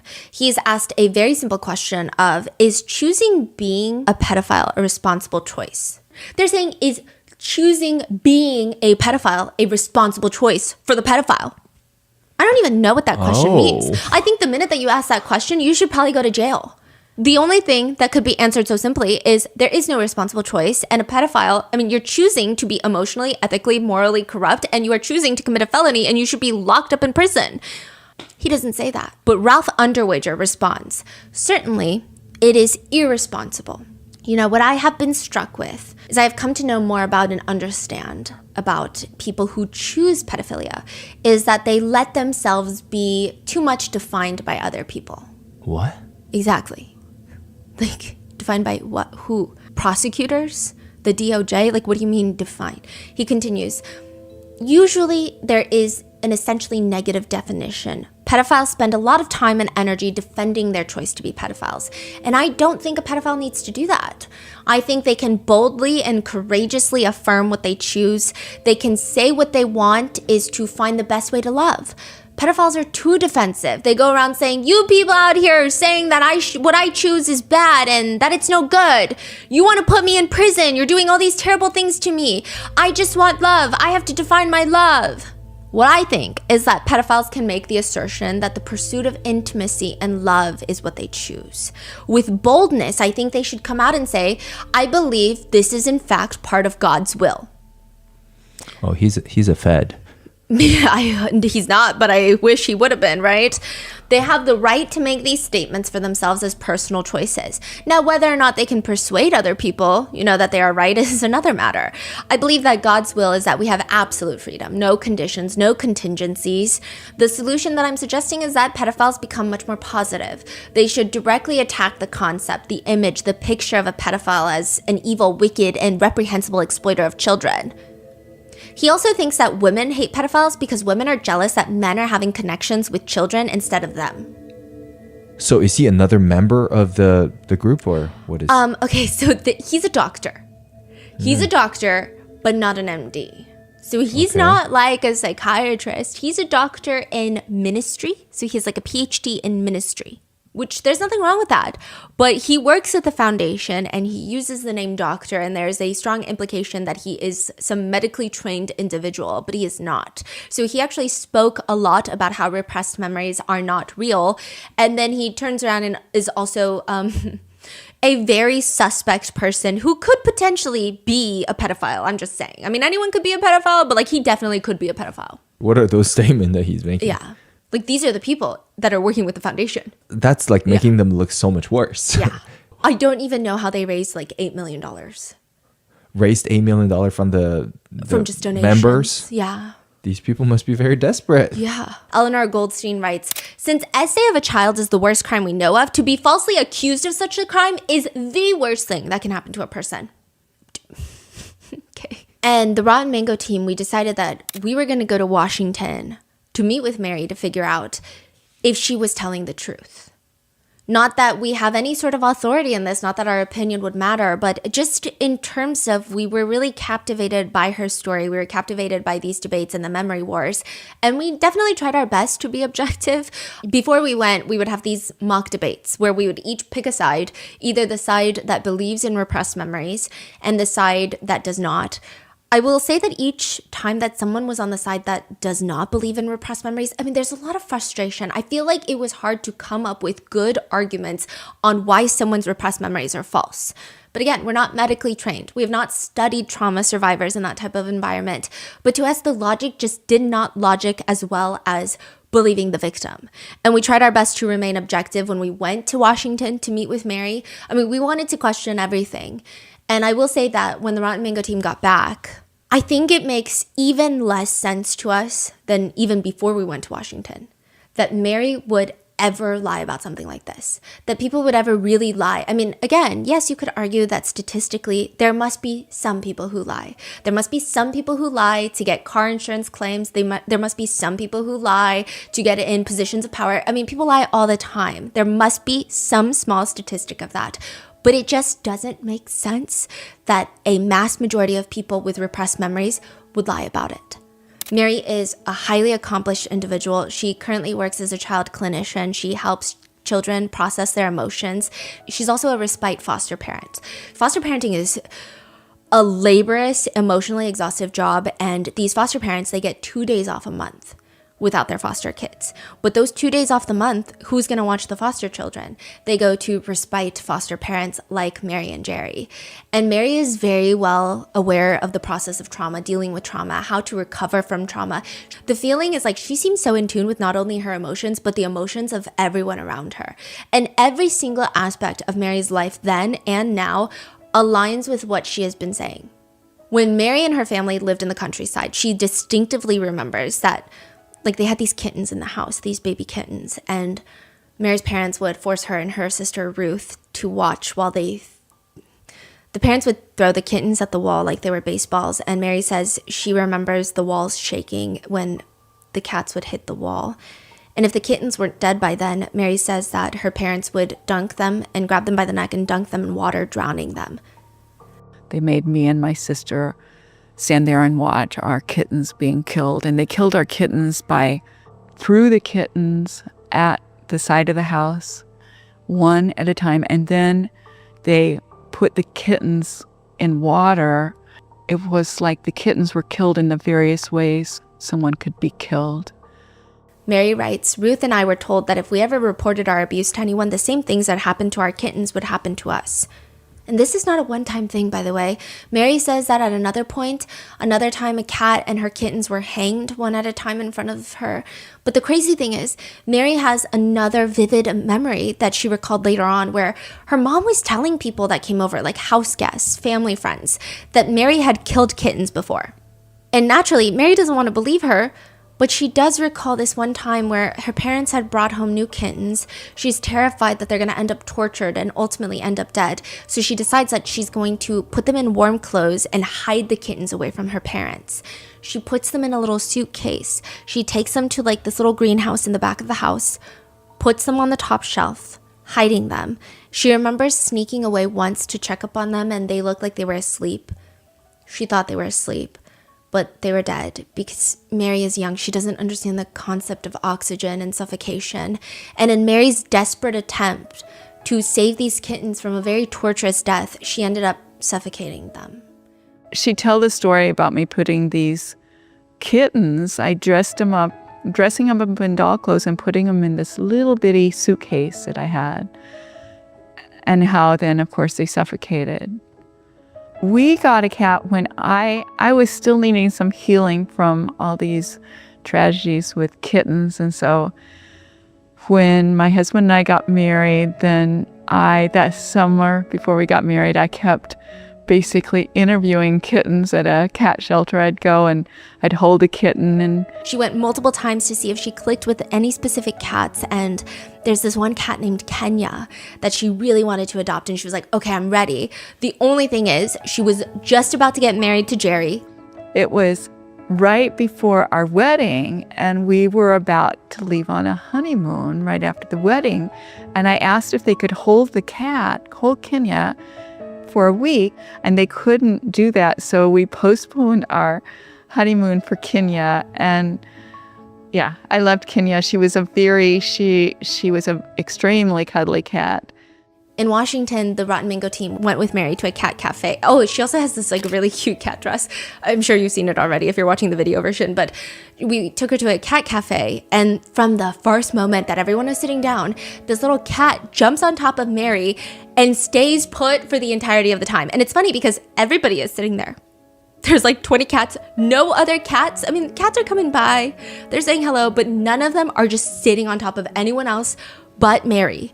And Mary was laughing and she said, you know, this cat looks like Kenya too. Mm-hmm. Yeah. Crazy. Kenya, I bought doll clothes and I dressed her up in them. She didn't especially like it, but she did it. You can even get her to fetch sometimes. Yeah, that's right. You throw a toy and she catches it. So Jerry does push-ups every morning, and he gets up before me and does 50 push-ups. And Really? So the cat... Even today? Oh, yeah, yeah. You can do 50 push-ups? Wow, how old are you? 77. 77?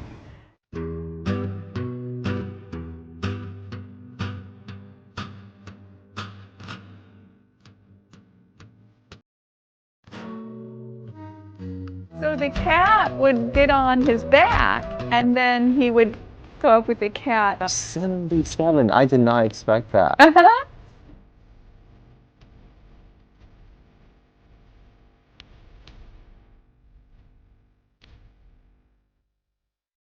It was actually hard for us to gauge Mary's personality outside of her work because she's so, I mean, activism is at the forefront of everything, and that's mainly what she talks about.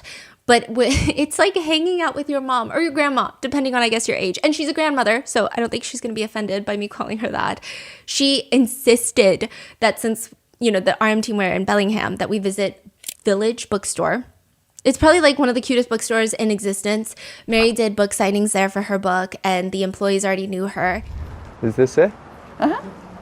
I don't see it. I should have mine in December, too. I wonder if they... Oh, there it is. Featured local authors. This is a very cute store. It is, isn't it? The people in Bellingham really like it being here because it's an independent bookstore. One thing that I thought was nice about the owner is they're real involved in what's going on in the city. And during the Pride Parade, a lot of people were at the Pride Parade, but one thing they did is they closed their store until 2 o'clock that day so all their employees could go to the Pride Parade if they wanted. And then I did my author event here. I did an author talk here. Oh. And I'll show you that space. Hi, oh, come on, this is, I'm going to be on a podcast. Oh, cool. And remind me of your name. Sai. Yeah. This is Sai, and she's the one who introduced me for my author talk. Yeah. Wow. Yeah, it was a real honor. I'm going to go to Atlanta on Wednesday, and his wife is going to interview me there. Very cute. Yeah, I think it's a nice place. We just celebrated 45 years, actually. No way. Yeah, everyone knows Village Books, everyone that lives in Bellingham. People travel here to go. Really? A lot of people, and this is just me fully bragging on the store, call us the Powells of Washington. So my wife follows these bookstore TikToks. Book talkers will travel to cities just to go to different bookstores. We've had a couple people do traveling to Village Books. Really? I wish Stephanie is here. I think she would.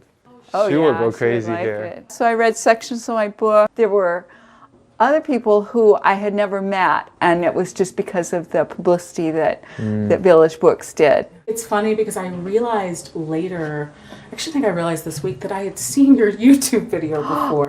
At a really pivotal time in my life when I was starting therapy and kind of unraveling my own life.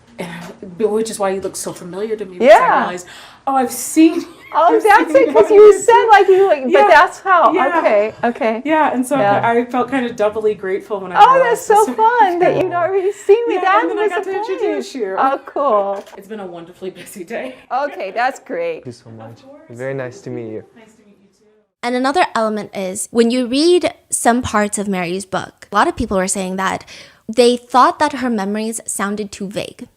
She doesn't want to mention specifics. And I don't think that's a reason to doubt someone, especially when privacy is a huge concern. But I will say that one thing we thought was interesting is Mary is very open with anything that has to do with her. But she highly values everyone's privacy, her foster children, her friends, her family members. Even if we're in her house and we're walking by and she'll see something and she'll be like, oh, look at that bookshelf. Oh, wait, no, please don't put that in there. I don't want people to see their name. And you'll just have to not put his last name there. Yes. Oh, I've got to take these down. I'm sorry. Oh, we can blur them. Yeah, I'll just take them down. Quick note, that photo on here definitely 100% need to be blurred. Could you take it without that, and then it's artwork that you can have? Yes. Oh, yes. Because it's such lovely artwork. This is S. You'll have to get his name out, but this was to his hamster. You just can't take, or you'll have to blur out the names here. Just put her first initial. This is the little girl, the child who used to use scissors or break these little people. Yeah. Now made this for me. Wow. And wanted me to take it home with me. The child would have maybe 10 that would be cut across by the end of the session or broken into little pieces. I had a child who would do this.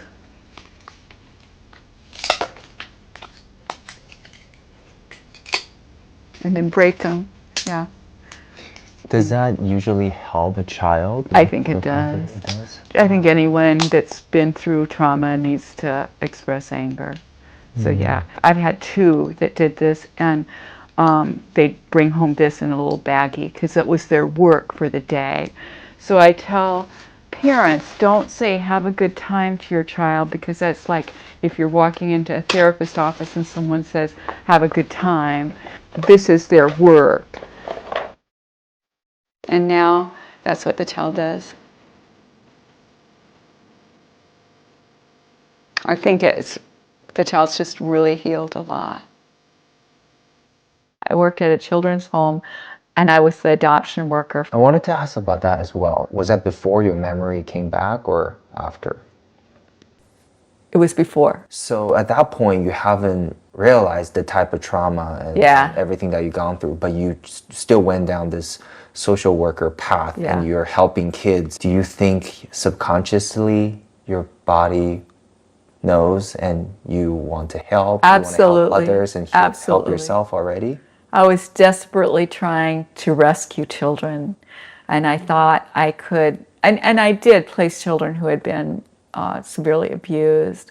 I also did infant adoption, so I've done some of that. So yeah, I was trying to rescue kids. I would get really emotional about cases, and although I still do, so I must admit I still do, but I don't do it. I don't usually get bothered, I don't get obsessed with it like I used to.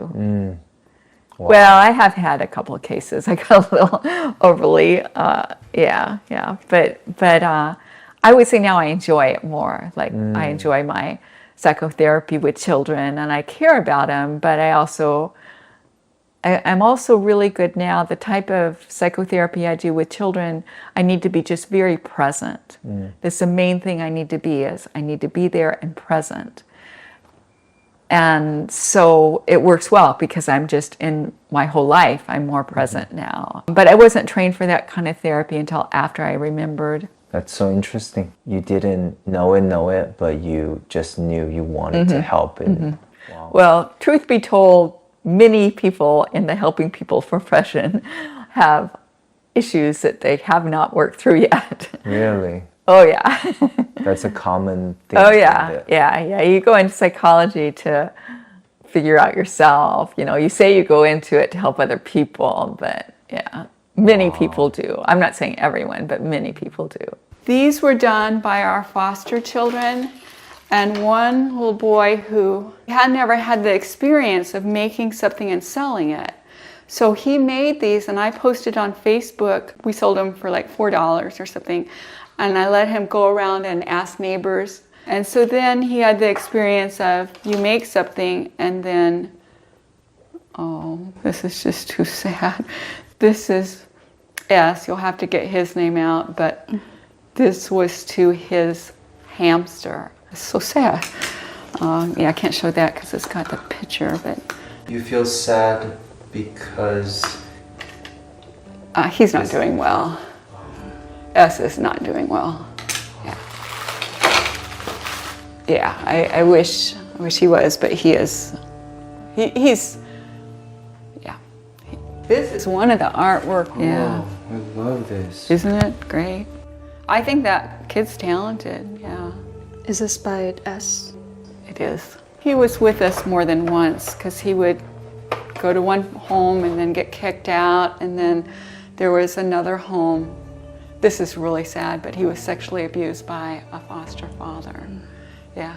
When he had to leave the home of the abuser, we couldn't say no. I mean, I just could not say no. I just couldn't say, no, you can't come back to our home. And so he was at our home for a while until they found another home for him. Do you know when was this done? Was this after the abuse? Yeah, it wasn't right after, but it was. Did he name it Deep Struggle, or? He named it Deep Struggle. That's all his doing. And the thing is, he did have behavior problems. An abuser could say, well, he's lying, but he wasn't. And the police did follow up with it. We're concerned he will end up on the streets. Yeah. Mary also writes in her book, the fact that I do not have continuous memories of my childhood abuse made it impossible for me to bring any of my perpetrators to justice. I regained memories at the age of 37. You know, but she does have boxes of journals that she's kept for decades. These are all things you might want because they're like old calendars. And so then when I was making my documentary, I'd go and look in things. Yeah, and then I would see what I was doing back then, and it helped me to figure out time frame. Sometimes I kept them all the time and sometimes not. So the who is inheriting my intellectual property is also inheriting these in case someone wanted to go through them at some point. I have journal entries that are right after like my first hypnosis, and yeah, I do. And I've looked at all of them. And she's gonna pass this on to someone who has also, like, they connected on a very deep level. And it's just the way that she keeps these catalogs.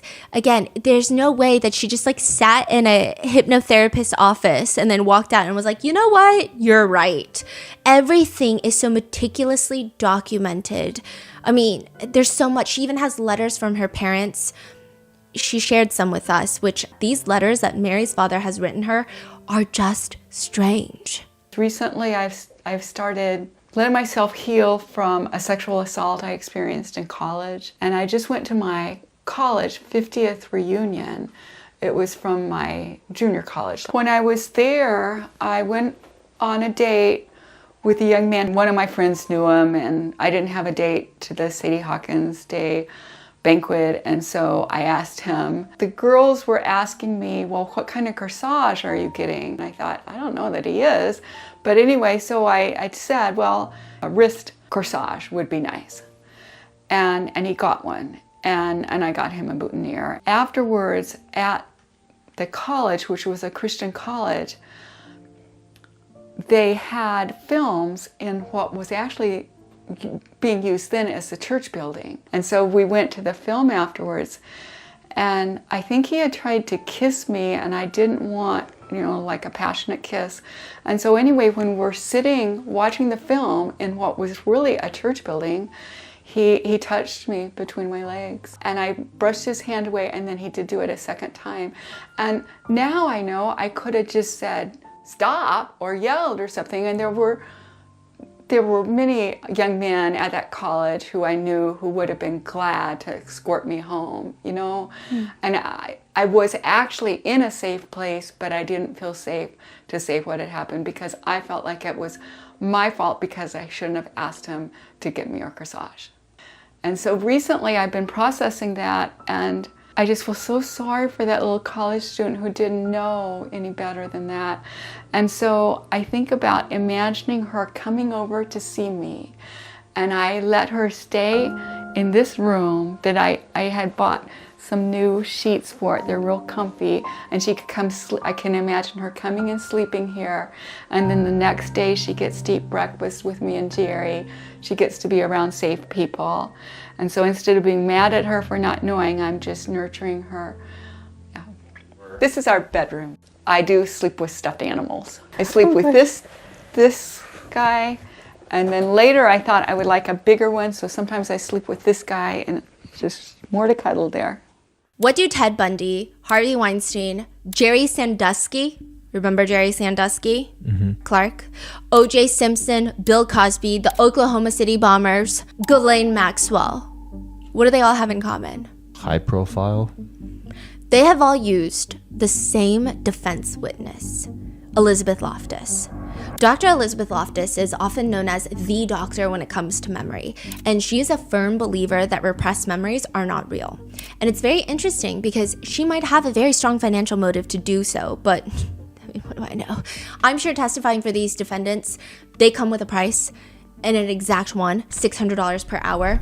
$600 per hour, and I'm sure that these defendants, Ted Bundy, Harvey Weinstein, Ghislaine Maxwell, the Night Stalker, the police officers accused in the Rodney King beating, Bill Cosby, she has testified for the defendants in each of these trials. All of these defendants probably would rather victims not be believed. Elizabeth Loftus believes that when it comes to repressed memories, and of course, just like the others, she always puts like quotes around it. She says, on one side, you have true believers who insist that the mind is capable of repressing memories and who accept without reservation or question the authenticity of recovered memories. On the other side are the skeptics who argue that the notion of repression is purely hypothetical and essentially untestable, based as it is on unsubstantiated speculation and anecdotes that are impossible to confirm or deny. During Harvey Weinstein's trial, she testifies, false memories, once created either through misinformation or through these suggestive processes, can be experienced with a great deal of emotion, a great deal of confidence, and a lot of detail, even if they are false. Her biggest thing in these trials when she's testifying for the likes of Ghislaine Maxwell is that memories are fragmented. Memories are not reliable. Any neuroscientist will tell you, yeah, we know. All memories, though, not just false memories that you claim are real, all memories, and I'm saying like false memories, like she's claiming false memory syndrome, right? All memories are fragmented. All memories are incomplete and tend to fade over time. That's just the nature of memories in general. And while certain details like an eye color or what someone is wearing at what times or what time someone arrived at someone's house may be incorrectly recalled, people almost always remember the general outline or gist of what has happened. For Ghislaine Maxwell's trial, Elizabeth Loftus argues that, quote, even traumatic experiences can be subjected to post-event suggestion that can exaggerate, distort, or change the memory. So she is like the most famous memory doctor everybody calls for. Her whole job is just to say whatever that person is saying is not reliable because memories could not be trusted. Is that it? Which I'm, for some reason, always like never really applies to the defendant. And out of the 300 plus times that she has testified in the court system, she has only testified for prosecutors one time, whilst she's charging $600 an hour. In an interview, Elizabeth Loftus says that she thinks that people can forget and remember things in a very ordinary way. And she knows that people don't like her. She says, I know the prejudices and fears that lie behind the resistance to my life's work. I understand why we want to believe an eyewitness who says he did it. He's the one. I sympathize with the need to own the past. That is, to make it one's truth. As for why people accept these repressed memories, Elizabeth writes in her book, was there something inherently wrong with her? A mental illness of some kind, a psychological flaw, an inability to separate fact from reality? Surely only a fragile, troubled individual would allow herself to become convinced that a false memory was actually real. And if she were so vulnerable, so easily misled, wouldn't that indicate that in fact something terrible had occurred in her past? She says, or it could just be, quote, simply, she could have had the misfortune to run into a misguided and overzealous therapist. Or perhaps the problem is with therapy itself, a profession that has become our new religion, offering quick and easy answers for life's complex and essentially unanswerable problems. She also states that sometimes people have this internal conflict about their childhood, and to have these, quote unquote, false memories of clear-cut abuse would be easier to cope. Creating a fantasy of abuse with its relatively clear-cut distinction between good and evil may provide the needed logical explanation for confusing experiences and feelings. Also, there have been some clinicians who state it is in their practicing theory that a lot of patients actually forget remembering. Like, they will remember this memory over time. So it's not just like all of a sudden they remember it decades later. It's like they'll remember it and then they'll repress it again. And they'll forget memorying it. Huh, okay. So they've had instances of that, and a lot of people think that is probably also accurate. Of like, you remember it, you're repressing, your brain represses it, and then you even forget remembering it. And I think sometimes it's best to just look at how people act. At the very least, when you boil it down, Mary is living the life that aligns with what she says. She does everything that aligns with her trauma, how she's recovering, how she's healing, and how she wants to help others. Meanwhile, Elizabeth Loftus writes about how she hated when victims are not believed. Quote, I do not want to see a return of those days. Not so very long ago, when a victim's cries for help went unheard and accusations of SA were automatically dismissed as fantasy or wish fulfillment and shunted away into the backwaters of the public conscience. Wait, I don't get it. Why is she writing that then, if she's defending the... Yeah, she's just saying that a lot of people think that she's against SA victims, but no, she's just here for the truth. Meanwhile, she's testifying for defendants like Ghislaine Maxwell, Ted Bundy, Harvey Weinstein. When someone's words and actions do not align in such a strong, repulsive way, at least in my personal opinion, you have to wonder, excuse my language, like, why the fuck not? Loftus does try to say that she is not the one deciding someone's innocence or guilt, just educating people on eyewitness testimony and saying, quote, well, we are all innocent until proven guilty under this wonderful system of ours, and even very unpopular people have a right to a defense. And while I do agree with that sentiment at its core, did you really have to go and testify for over 300 different trials, with most of them being people accused of sexual abuse? Is she related to Mary's case or no? Yes, and Mary has actually confronted Elizabeth Loftus for her documentary. How old were you, roughly then? About 37. One netizen sums it up really well. Elizabeth Loftus did not prove that repressed memories aren't real. She argued well that certain types of memories can be implanted or fabricated through suggestion. Also, the fact that Loftus testified on behalf of Ghislaine Maxwell, Harvey Weinstein, Ted Bundy, etc. raises serious red flags for me. It doesn't discredit her research itself, but the fact that she's endorsing her work being used in this manner doesn't exactly indicate her to be a person with a sole interest of finding scientific truth. Elizabeth Loftus straight up said that for Ghislaine Maxwell's trial, that the financial reward for victims could make the human brain create a false traumatic memory. The prosecutors questioned her. How'd you come to that scientific theory? And she says, I am not aware of any studies on that, but based on my research, it's definitely possible. Oh, this woman's crazy. Yeah. She said that in court. Wow. Wow. Elizabeth Loftus was also heavily involved in the False Memory Syndrome Foundation with Pam Fried and Eleanor Goldstein. She's asked, like, is this foundation basically just lobbying that false memory syndrome is a thing? And she says, I don't know. I mean, would you say that people who are concerned with about pancreatic cancer and form a foundation to try and deal with it and support research and educate people, that they're a lobby? But like, pancreatic cancer is a very real thing that's medically recognized. False memory syndrome is not. So I just, like, for someone who is, I mean, on paper, very well educated, I don't know where this analogy is coming from. This comparison is bizarre. Elizabeth Loftus has stated in an interview subsequent her participation in Mary's documentary, she says, quote, "It was awful. It was sort of ridiculous. I don't know why she had this camera on me with this side view the whole time. I felt just very sort of misled, and I felt sorry I cooperated." And she's asked, "Did you feel like you were misrepresented?" "No, just misled. I don't know. I thought she would be more open-minded." And then she is asked about how in the documentary, Mary's documentary, Eleanor Goldstein is very aggressive with Mary and not a nice person at all, in my opinion, okay? But she says, "I understand that Goldstein was, one of those devastated family members, and if they have a kind of anger about what happens in their family, you almost can't blame them." You can't blame who? Eleanor Goldstein for being like a raging, mean person. I don't think sexual touch is the horror of all horrors. I don't think so. I think we make a big to-do about nothing. Meanwhile, Mary, what she said about the interviews, she says, "I will say that I dreaded each of these interviews. I felt physically ill as the interview time approached. I will never do something like that again.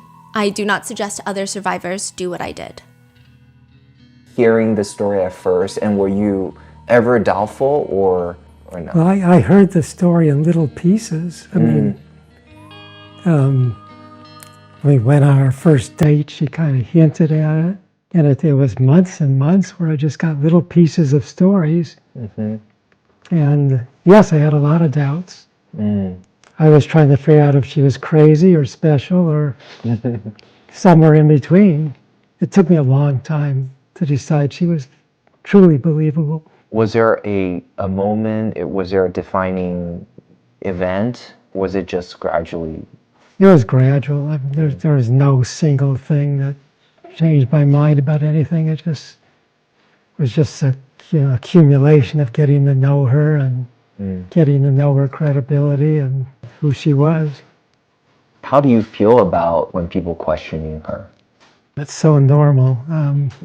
Every time she puts something on the internet, there's a counter posting somewhere, and it's just anybody who puts himself out in the public is going to get criticism, and I don't think it's any worse for her than anyone else who puts their life on the line and online. If you have to name one thing you like most about Mary. Oh, I think she's the most courageous person I've ever met. Her willingness to put herself out there and to take all the criticism she takes.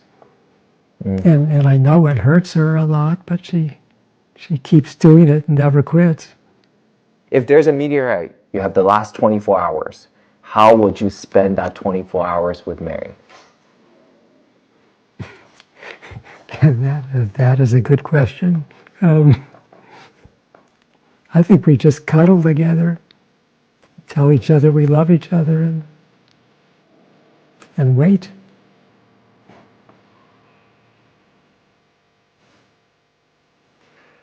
How did she answer that question? Well, I would also want to spend it with my sons. So, yeah. So, and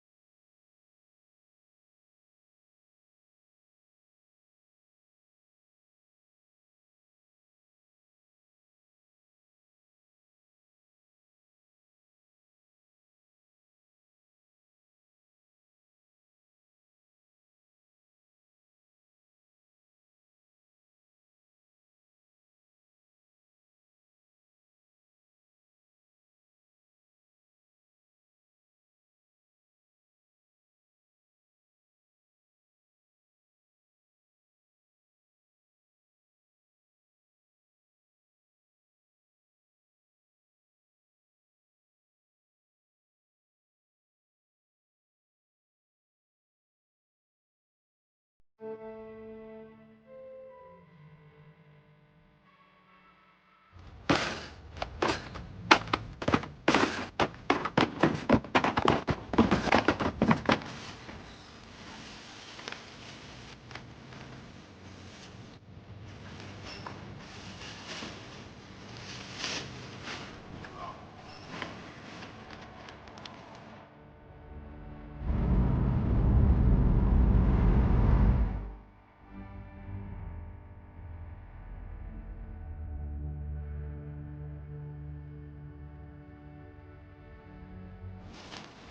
morning. Oh, oh, how nice! The voice. Oh, thank you. Oh, thank you so much. Thank you.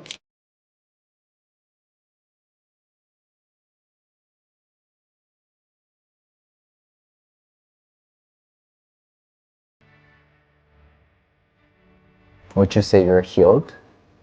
No, I would say it's a process, and I'm still in that process.